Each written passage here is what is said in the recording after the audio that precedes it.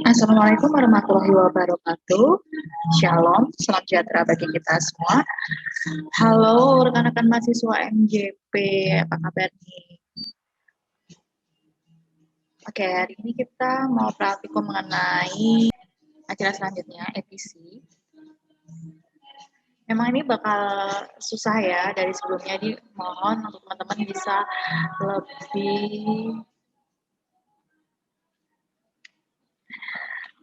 bisa lebih perhatian lagi karena semakin kesini semakin susah materi kita, jadi teman-teman harap bisa lebih perhatian lagi.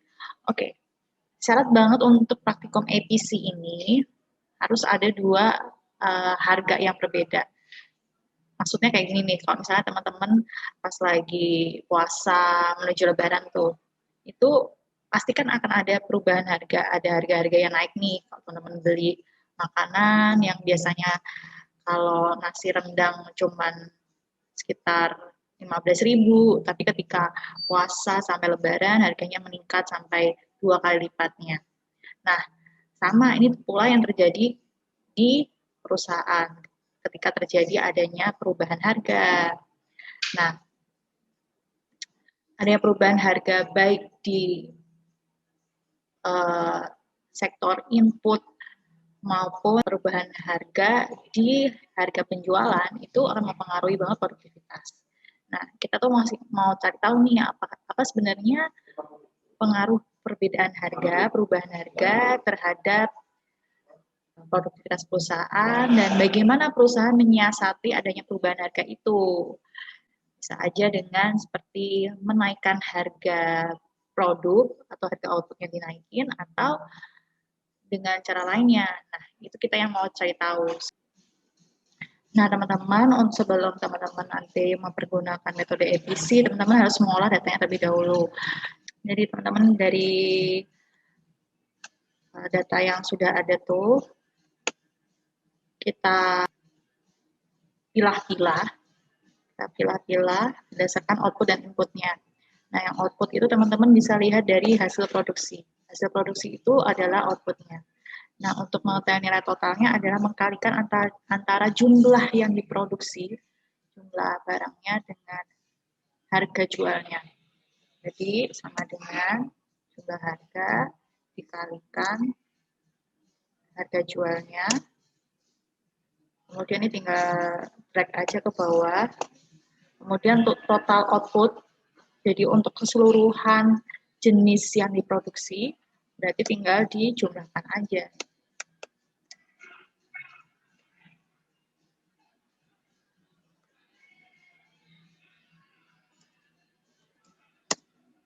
Nah, kemudian gitu pula juga untuk input-inputnya.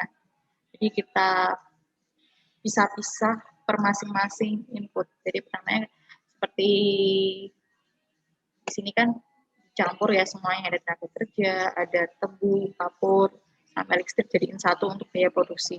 Nah, tapi kita mau dipisah-pisah berdasarkan itu faktor input apa gitu. Kalau yang tenaga kerja ini kan otomatis masuknya input tenaga kerja nih. Kita cari juga nilainya.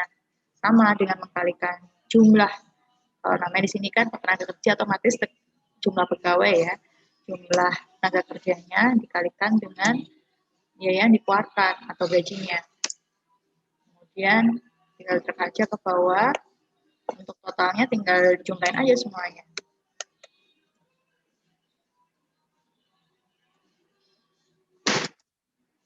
Nah, untuk bahan baku pun demikian. Dengan mengkalikan jumlah bahan baku yang digunakan dengan biaya yang dikeluarkan. Kemudian tinggal drag aja sampai ke bawah. Total input ya tinggal dijumlah pakai sum ya. Rumusnya seperti biasa. Dan ini teman-teman nggak harus bergantung pada Excel. Teman-teman kalau misalnya cuma punya kalkulator, use it gitu loh. Nggak harus bergantung sama Excel. Nah, kalau energi karena ini otomatis cuma satu doang ya, kalau input energinya juga cuma satu doang ini aja. Nah, kemudian untuk biaya produksi keseluruhan itu itu adalah total input keseluruhan. Jadi total input tenaga kerja ditambah total input bahan baku tambah total input energi. Ini ya, tinggal dari jumlah aja saya ulangnya dari total input tenaga kerja ditambah total input bahan baku tambah total input energi.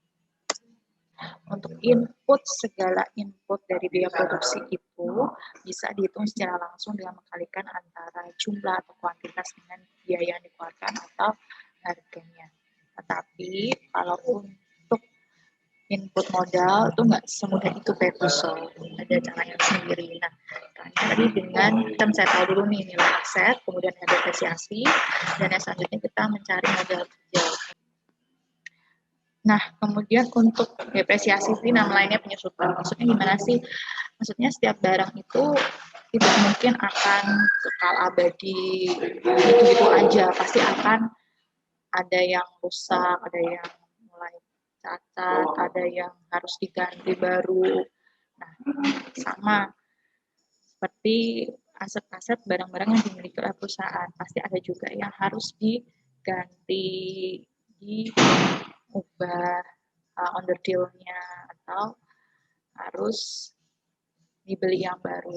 Nah, depresiasi ini penyusutan biaya untuk bisa membeli yang baru atau biaya perbaikan di waktu yang akan datang masa depan. Biaya penyusutan ini adalah biaya yang perlu ditabung perusahaan tiap tahunnya untuk bisa membeli baru atau memperbaiki ketika barang tersebut atau aset tersebut rusak atau ada yang perlu dibenahi. Nah, depresiasi ini untuk gampangnya sih kita tulisnya 10% dari harga asetnya ya.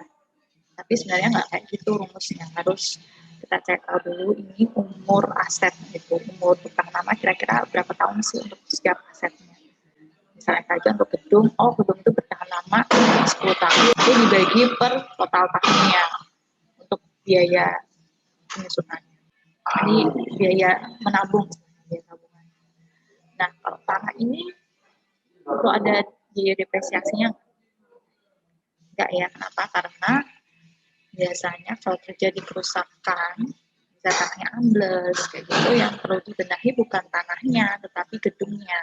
Jadi yang diperlukan adalah biaya depresiasi untuk gedungnya, bukan untuk tanahnya. Sehingga tanah ini kita tidak perlu ada biaya depresiasi, langsung ke gedung ya. Untuk gedung kita depresiasinya misalnya untuk mudahnya aja biar nggak terlalu susah teman-teman hitungnya, tinggal 10% aja dikali dengan harga asetnya. Dan nanti tinggal aja drag ke bawah. Kalau total ya tinggal sum aja.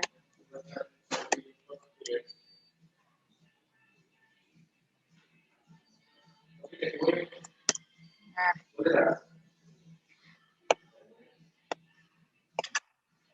kemudian untuk modal kerja itu adalah aktiva lancar atau dana yang dimiliki, dana segaran dimiliki dikurangi dengan kewajiban lancar atau hutang lancar atau biaya yang harus dikeluarkan untuk melunasi hutang. Kita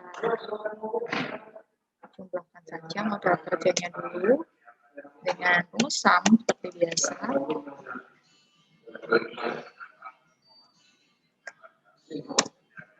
Kemudian hutang lancar.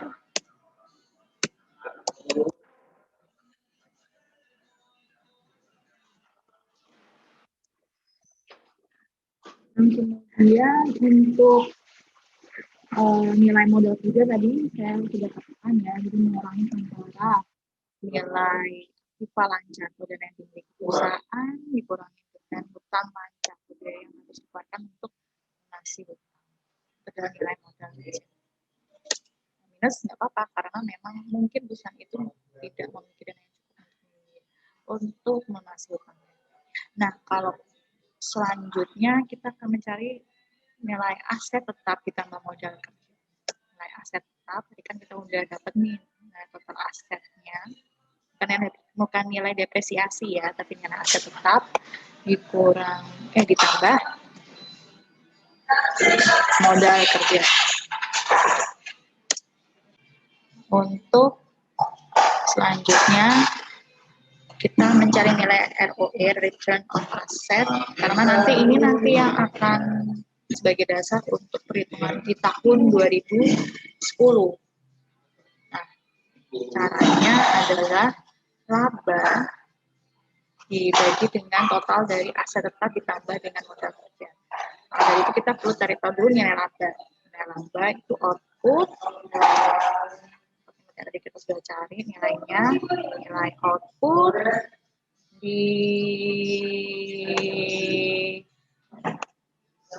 dikurangi total biaya produksi dan dikurangi depresiasi.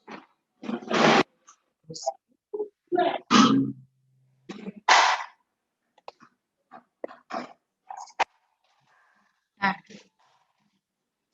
nilai ROE itu sama dengan laba ini dibagi dengan nilai dengan penjumlahan dari aset tetap dan modal kerja. Jadi kita udah nyari kan.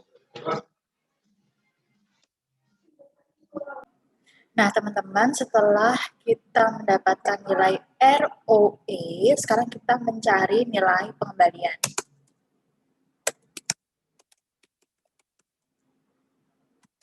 Nilai pengembalian itu didapat dengan mengkalikan nilai ROE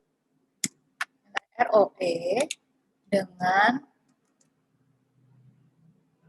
penjumlahan aset tetap dengan modal kerja.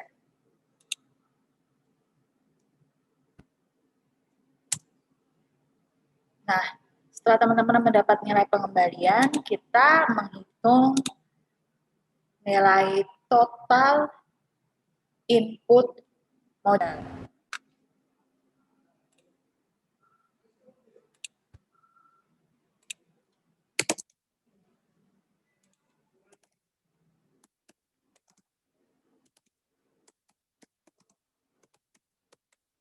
Nilai total input modal itu dapatkan dengan nilai depresiasi, total depresiasi ini ya,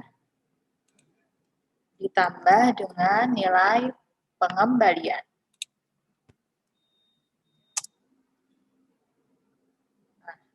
Nah, untuk selanjutnya kita di tahun 2010 menghitung hal yang sama ya. Kita pilah-pilah output dan inputnya.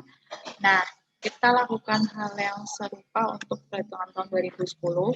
Ingat di sini adalah berdasarkan harga atau biaya konstan. Sehingga kita pakai yang harga awal mula-mula. Jadi mengabaikan terjadinya perubahan harga. Kita pakai yang harga ini ya. 580.674,8 dan untuk gula kemasannya 684.925. Jadi kita masukkan biaya-biayanya dulu ya teman-teman, karena kita memakai harga atau biaya konstan ya di tahun 2009 untuk keseluruhan baik output maupun input.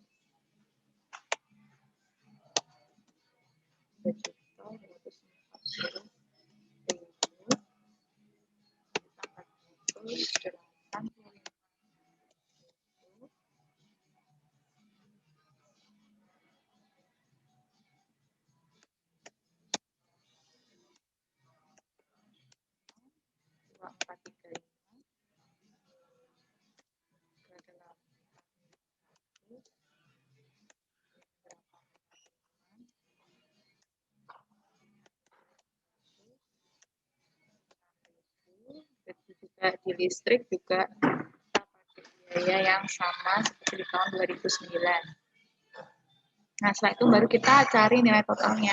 Sama ya, dengan cara mengkalikan kuantitas dengan harga jual untuk output.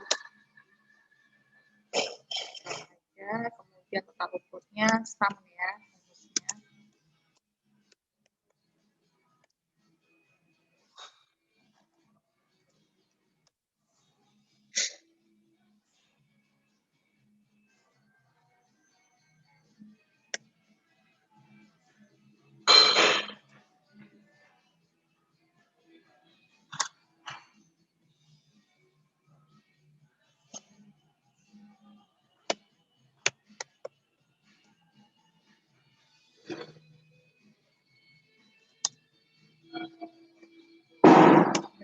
formula untuk input lainnya, kuantitas dikalikan, ya. Bawah, total inputnya tinggal sambung.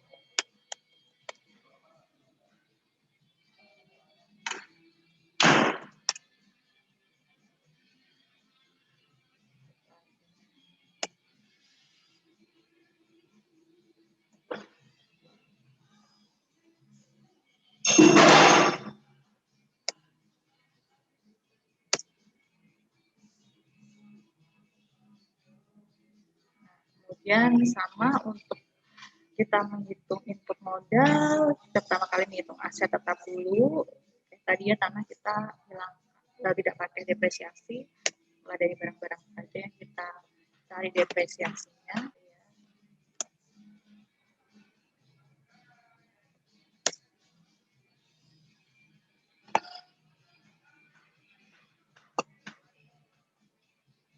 Dan dijumlahkan.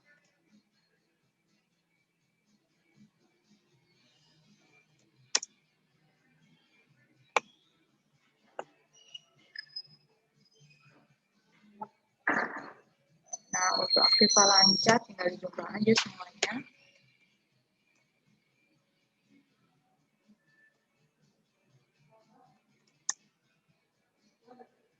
Kemudian hutang lancar ya.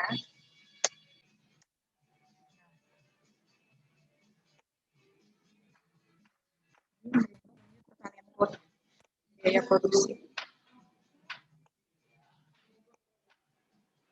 Biaya produksi belum dijumlah ya, berarti total terus dulu total biaya produksi sama aja dengan total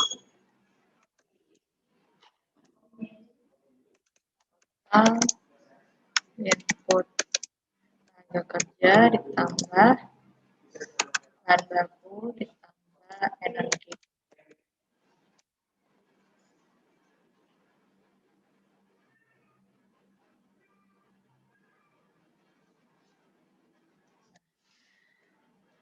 Dari jumlah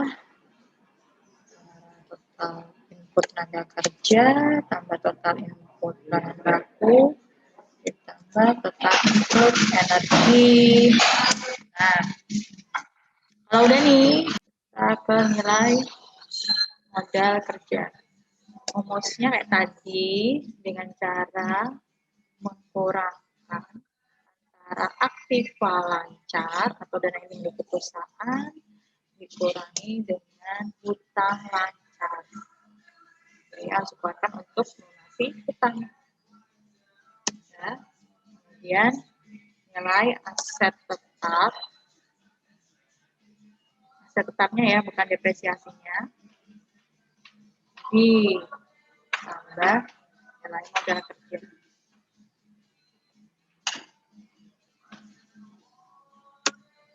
Nah, nilai ROE-nya ini kita pakai nilai ROE yang di tahun 2009.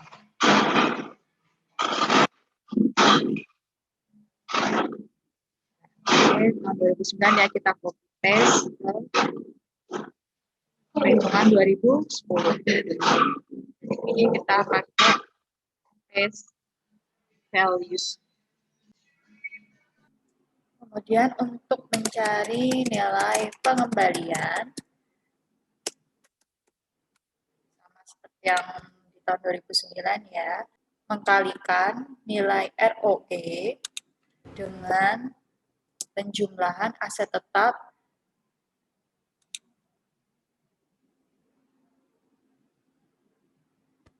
dan modal kerja.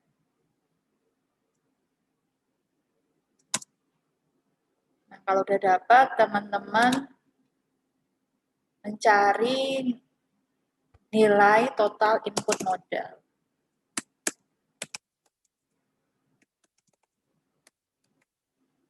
Yang harusnya warna merah ya,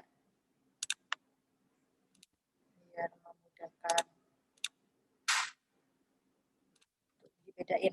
Untuk total input modal itu sama dengan nilai depresiasi ditambah dengan nilai pengembalian.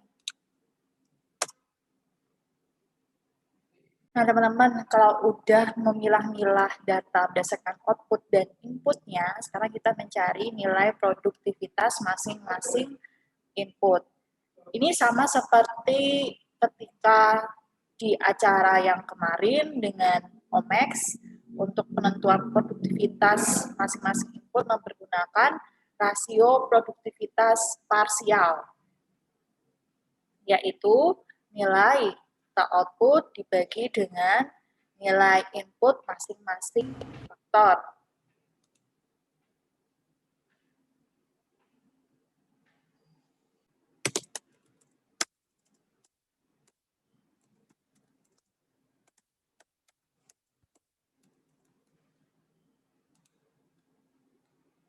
Berarti inputnya ada apa aja? Input tenaga kerja, bahan baku, energi, modal. Nah, nilai produktivitasnya ya sama dengan total output dibagi dengan total input tenaga kerja. Untuk bahan baku ya total output dibagi total input bahan baku. Kalau energi ya total output dibagi total input energi. Kalau modal ya total output dibagi total input modal. Nah, yang belum apa teman-teman? Total ya.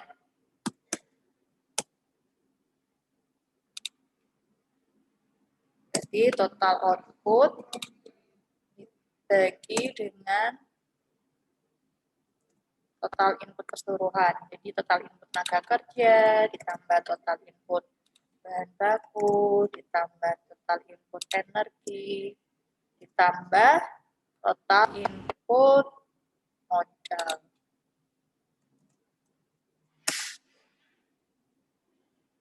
Kalau udah, kita melakukan hal yang serupa untuk tahun 2010.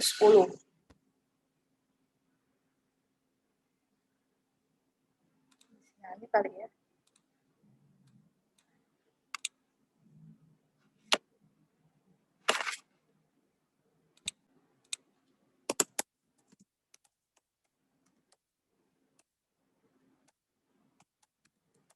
Ya, ada tenaga kerja, bahan baku, kemudian energi, modal, dan yang terakhir adalah nilai produktivitas total. Untuk tenaga kerja sama ya, nilai total output dibagi total input tenaga kerja. Untuk bahan baku, nilai total output dibagi nilai total input bahan baku. Kalau energi, nilai total output dibagi nilai total input energi. Modal, nilai total output dibagi nilai total input modal. Untuk total, untuk mengetahui nilai produktivitas total, berarti nilai total output dibagi nilai total input keseluruhan, yaitu penjumlahan total input tenaga kerja, ditambah total input bahan baku, ditambah total input energi, ditambah total input modal. Nah, kalau udah dapat nilai produktivitas semuanya, semua input dan juga nilai produktivitas total, sekarang kita menghitung nilai indeks produktivitas. Jadi, inputnya tadi ada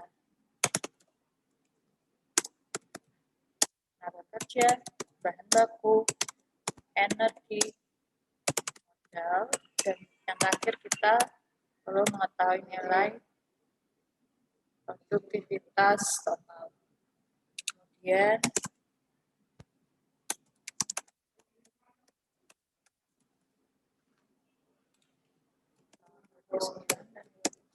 nah, yang tadi 2009 kita pindahkan aja ya teman-teman, tinggal copy paste.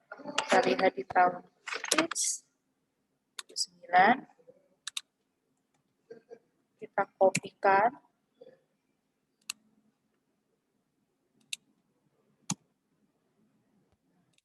Biasa kalau udah kayak gini ya langsung paste values ya. Terus yang 2010 kita kopikan juga. Nah, kalau udah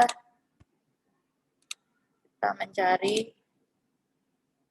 nilai indeks produktivitas.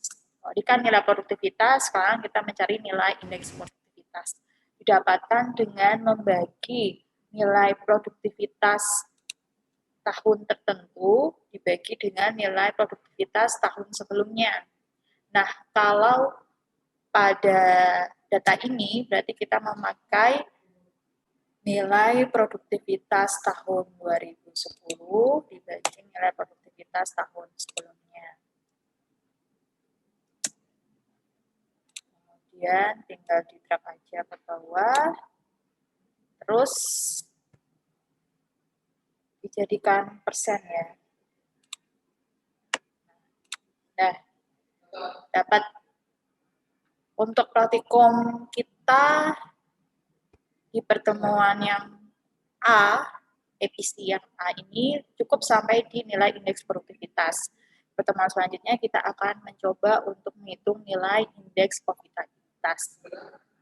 Itu dengan mempergunakan harga aktual.